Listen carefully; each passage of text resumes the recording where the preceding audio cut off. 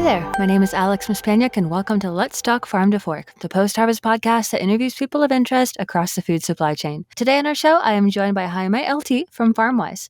FarmWise creates innovative systems and processes that allows farmers to streamline operation and overall increase food production efficiency. It's interesting stuff. So with no further delays, let's get started. Jaime, hi, how are you today? Hey, Alex. Good morning. Doing well.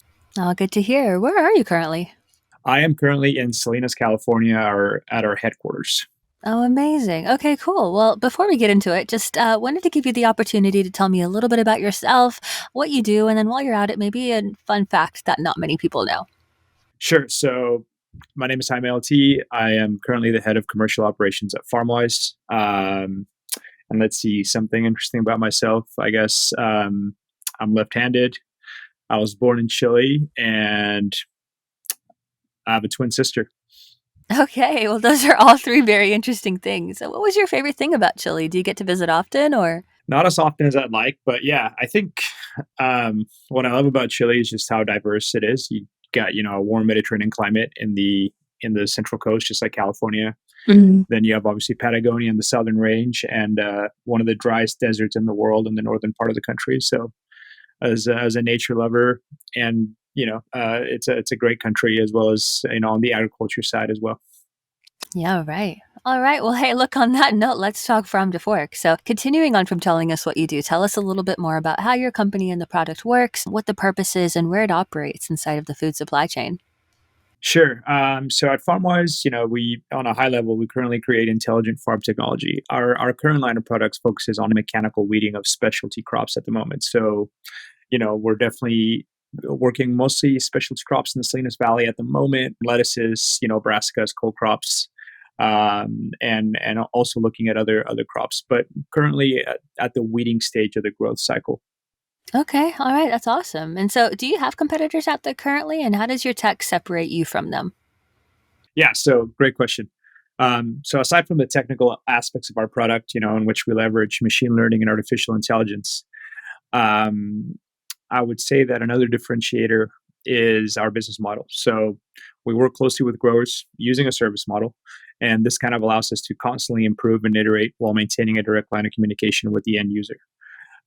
This really has allowed us to pivot in ways that would not be possible if we were, selling equipment or relying on other people to procure the equipment for us. And it's ultimately led to a more advanced product and superior results.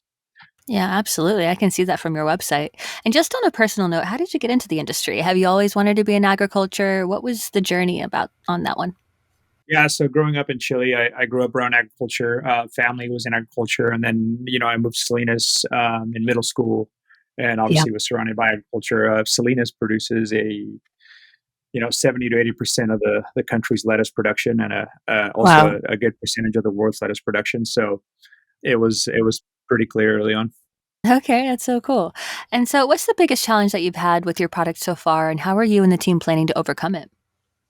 Great question. So, given our market, which is specialty crop market, at the moment, we need an extremely dynamic system that can rapidly adapt to different types of crops configurations. So, on any given day, we can be weeding from 5 to 7 different crops, right?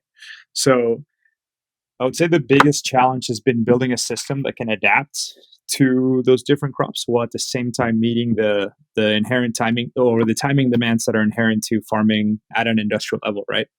So that's brought on a unique set of challenges. We're definitely solving this by tackling it as an engineering and design challenge. But that's something we consider to be one of our core competencies as a company. So Yeah, absolutely. it's been definitely a good challenge and also a good differentiator as well.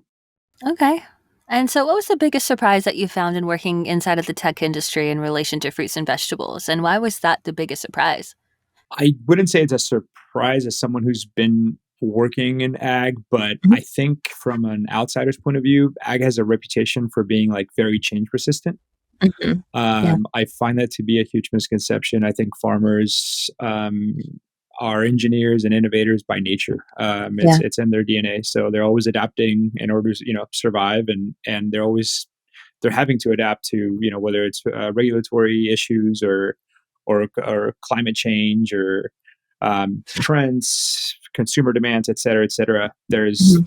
They're very adaptable. It's a very adaptable, you know, industry, and I think that's a big misconception out there. Okay, that is so interesting. And so, do you think, in terms of how technology is disrupting industry after industry, and now it's kind of headed for agriculture, do you think farmers are open to involving technology and having it automate the majority of their processes?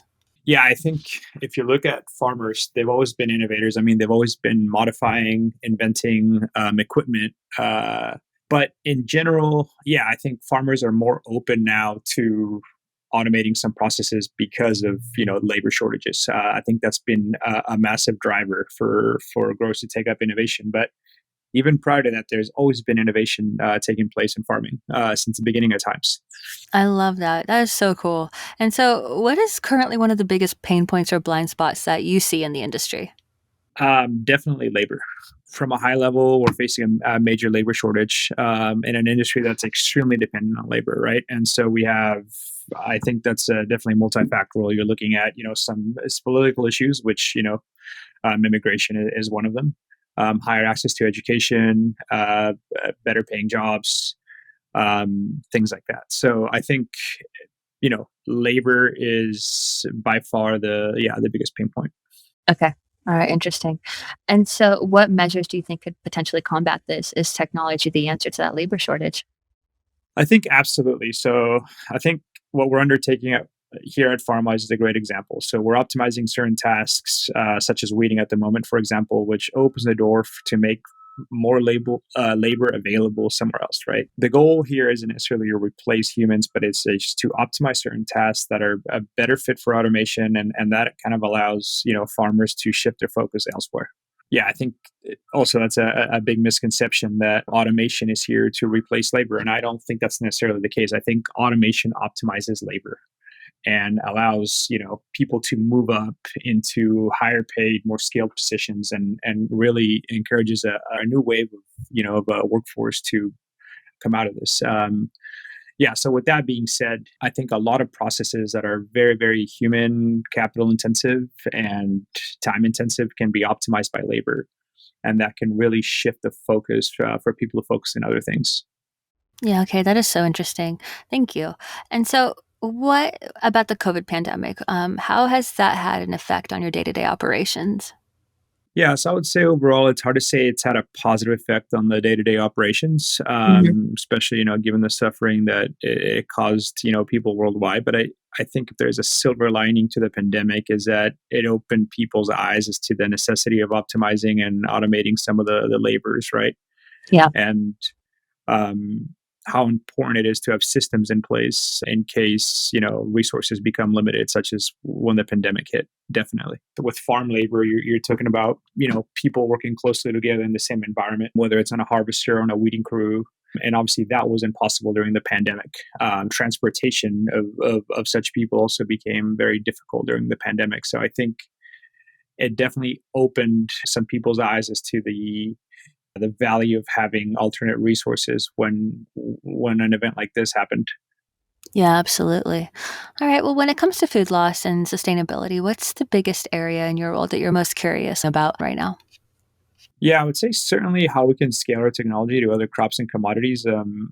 Our goal is for our product's application to be as wide and large as possible. So, we're constantly looking at other regions and other number of crops that we feel we can help growers in. So this is something that we're constantly researching. Awesome. All right. And so, on the back of my last question, is there any type of innovation in the industry right now that you're currently very excited about? Yeah, I mean, I think overall there's a lot to be excited about as automation and technology keep evolving. Mhm. I think there's some really interesting things happening out there with some of the technology that's that you're seeing with carbon sequestration and things like that. I think it's still early to tell if it's if it's the real deal, but I think if you look at what Terraton Initiative is doing. Indigo Ag, for example, in which they're trying to sequester 1 trillion tons of carbon from the atmosphere to bring levels to pre-industrial revolution levels is very interesting. Like I said, I think some of those things still need to be validated, and we're in the early days. But that's definitely something that could be a game changer to undoing some of the damage that we've done in the last century or so. Yeah. And then you have to look at harvesting. Harvesting automation is something that is evolving. It's taken time, but it's something to keep an eye out for, as that's where a lot of the labor shortage issues are affecting growers, shippers, and producers. Yeah, of course. And just a bonus question. In terms of your product, what's the most exciting accomplishment that you and your team have been able to do in terms of helping maybe automate processes? Are there any interesting statistics or case studies that you currently have out there? Yeah, again, I'll go back to how dynamic our product is. The fact that we've been able to localize a stem on various plant types, varieties, and things from celery to broccoli to lettuces. I think another thing too is how we've been able to look at ways in which we can leverage data to help growers make better decisions, while at the same time reducing inputs, and not just relying on data points, but at the same time executing an actionable task such as weeding is something that yeah, we're pretty proud of. Amazing. And what is something that you wish you would have known when you began your career? So I can't say I have many regrets in that regard, Yeah. because everything works out as it should, and it's led to here. But I think if I could go back in time and given myself some advice when I was younger, right out of college, it would have been to been a better listener, especially in the early years. Oh, I like that. And why listening specifically? I think it's a very difficult skill to master.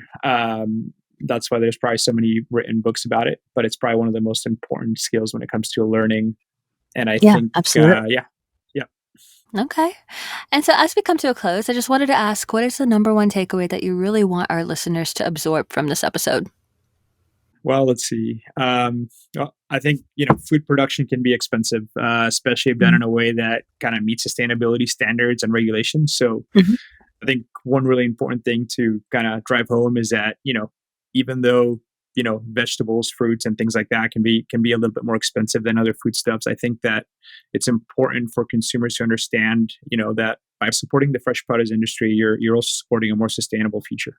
Yeah, the produce industry in the United States is, very regulated. It takes a lot of work to adhere to these regulations, and growers, producers are stewards of the land, and so yeah, by supporting this industry, you're also doing good for the environment. That's so great. Well, Jaime, thank you so, so much for your time today. I really appreciate it. Absolutely. Thanks for having me, Alex. Well, that's all for today's episode of Let's Talk Farm to Fork. Thanks for listening, and thank you, Jaime LT, for joining me today. Make sure to subscribe to the podcast so that you never miss an episode, and don't forget to leave a review and share it with your friends. So until next time, you've been listening to Let's Talk Farm to Fork, a post harvest podcast.